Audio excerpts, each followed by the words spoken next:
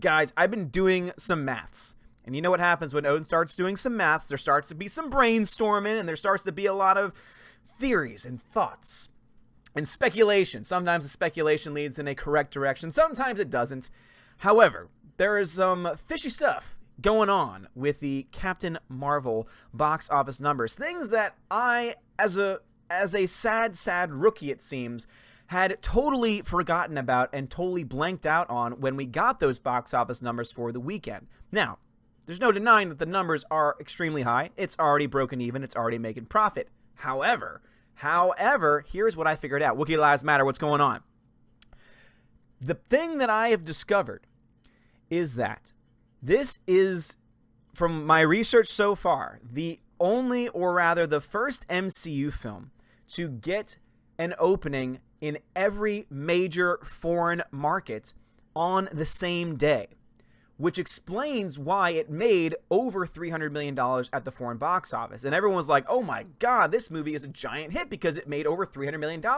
Well, of course it made over $300 million, seeing that it opened in every single market. The way that most movies work, and you can see this from other big MCU films. Infinity War, for example, had a gigantic foreign take.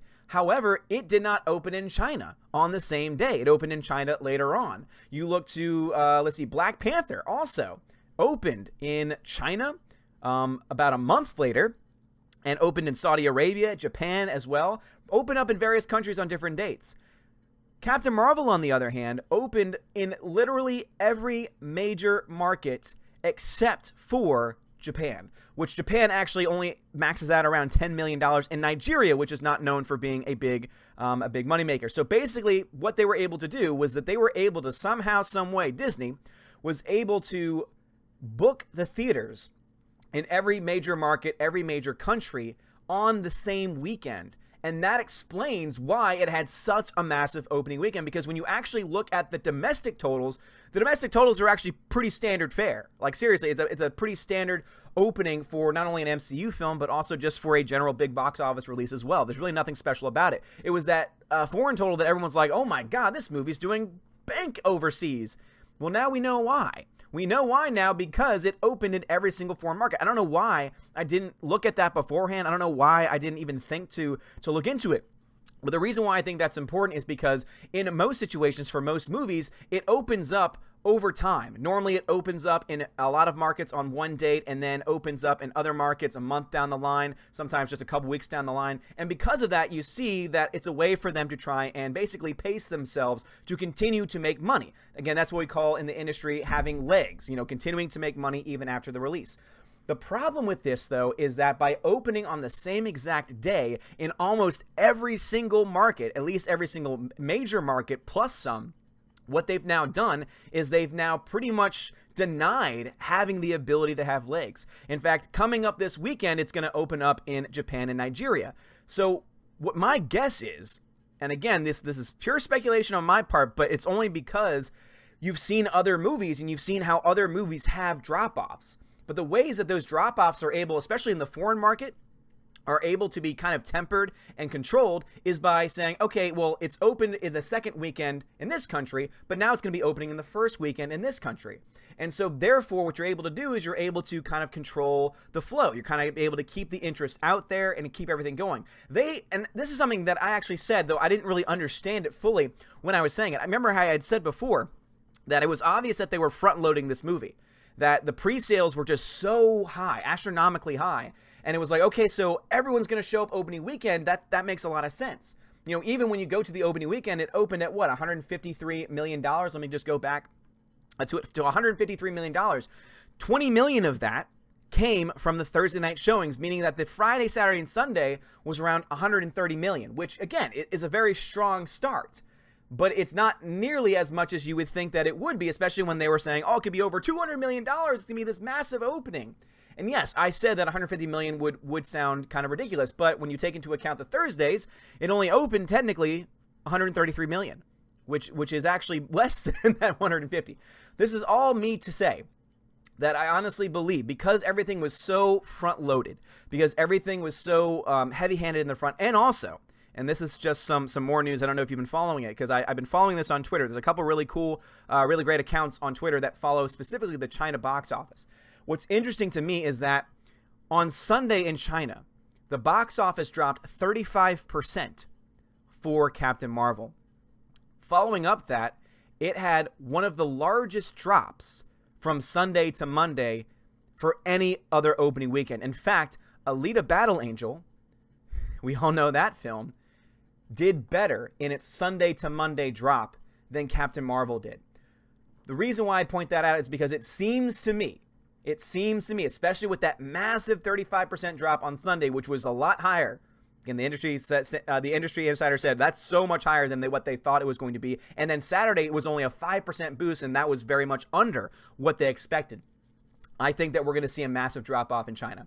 I think that we could end up seeing 70-80% drop-off in China. Again, these are just numbers that I'm throwing out there. I have no other proof other than just a gut feeling, but also, again, just looking at history itself and looking at the signs and looking at just the current trends of what's going on in China, but also reminding myself that it's opened now in every market. There are no other markets that can come in and give it any more money.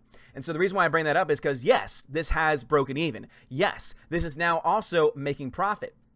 However, this is all like seriously, these are the only markets that it has at its, to its credit. These are the only markets that it has available to open up in. And so what I'm seeing here, and this is also based off another thing, what I'll get into in a second.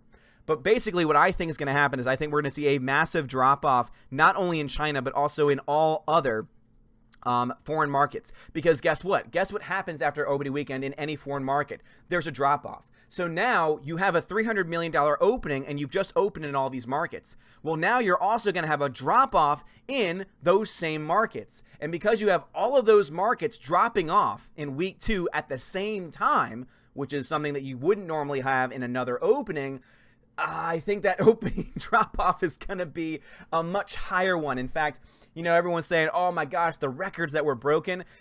I think there's the potential for this to be a record-breaking drop-off for any MCU film. And again, it very well could not be the case if this film has legs, if this film is able to continue on and continue going strong. And next weekend's the best weekend for that.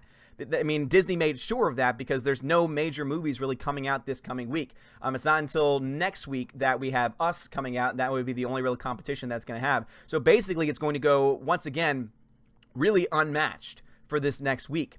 However, the reason why I suspect that it might not do as well second weekend, let alone third week, is because of its per theater total. So I did a little bit of math as well, looking at the domestic markets. And I don't know if you realize this, but when you look at how much it made per theater, so you know how every release of a movie gets, 4,000 theaters. And we're talking domestically here. 4,000 theaters, 4,310 theaters, 4,349 theaters.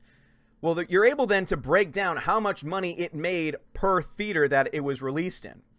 And so that can tell you a pretty good metric of how well it's actually doing at the overall theaters. And so how we were hearing all the talk and saying, oh yeah, I'm going into this movie and it seems like half the theater's empty and it seems like all these theaters are empty, etc. I seem to see now a number that might actually support that mindset just based off of the amount of theaters that are being present. And so I'll give you an example of that. So out of 9 MCU films, keep in mind there's 21 MCU films.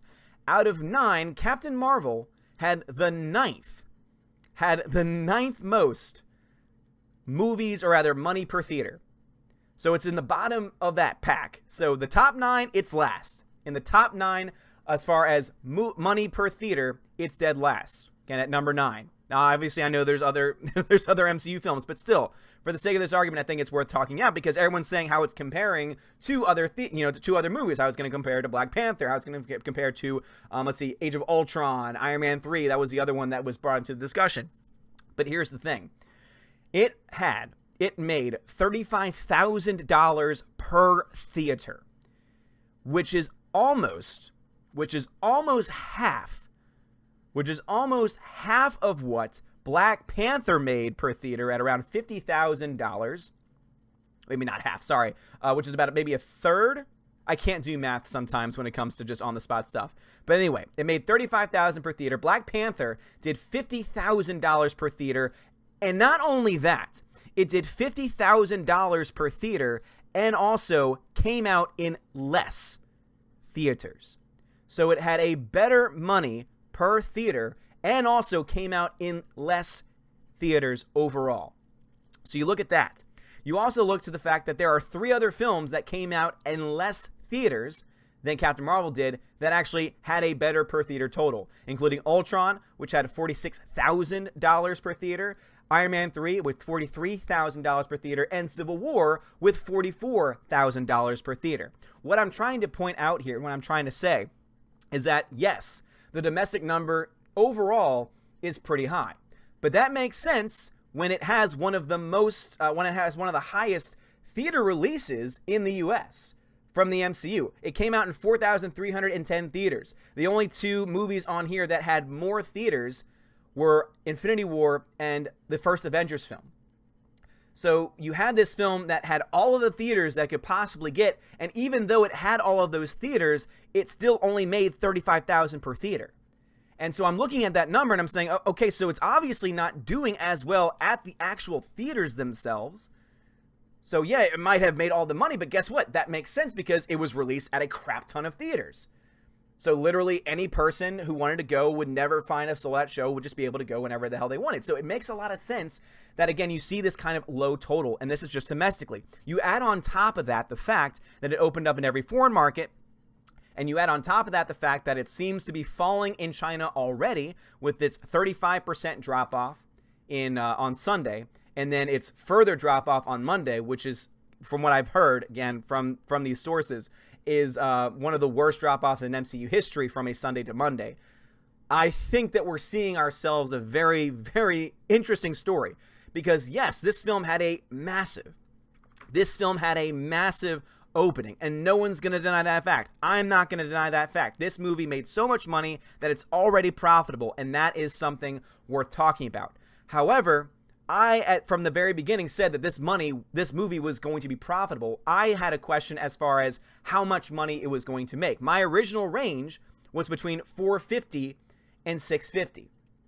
Now, if we see these massive drop-offs, especially in China and other countries, seeing that all the drop-offs are going to happen at the same time for the same weekend and will continue to go in pace with each other and won't be spread out over different months and different weeks, I think that we're going to see a massive fall-off. Now, that's just me. That's just based off of this quick math I did. The fact that domestically, it did not have nearly as good money per theater. I think that's a major issue when it comes to the domestic totals, and also adding on to the fact that it had probably one of the biggest foreign openings of all time, meaning as far as opening in almost every other country possible on the same date, which is very unlikely, with the 2, of course, exceptions being Japan, which is about a $10 million number right there, and of course also Nigeria, just to give you kind of a mindset to what, let me try and just pull that up for you a sec. For Nigeria, let's see if I can pull this up by country. So for comparison, Black Panther, did Black Panther even open in Nigeria? Ooh, according to Box Office Mojo, it didn't even open in Nigeria. That's interesting. But let's see. What was the other one? Japan. So in Japan, it made $14 million. Black Panther, which made $1.3 billion worldwide. So that kind of gives you an idea that Japan, it's going to give it a little bit of money. It's going to give a little bit of cushion. But again, guys, I think that in its opening weekend, it's already made the cap of what it's going to make. And I think that almost all but guarantees a massive drop-off. And if we see a massive drop-off, we could potentially see this film peter out. And not only peter out, but peter out so quickly that the billion-dollar dream that it had the potential for might dissipate. I don't know. That's just me. So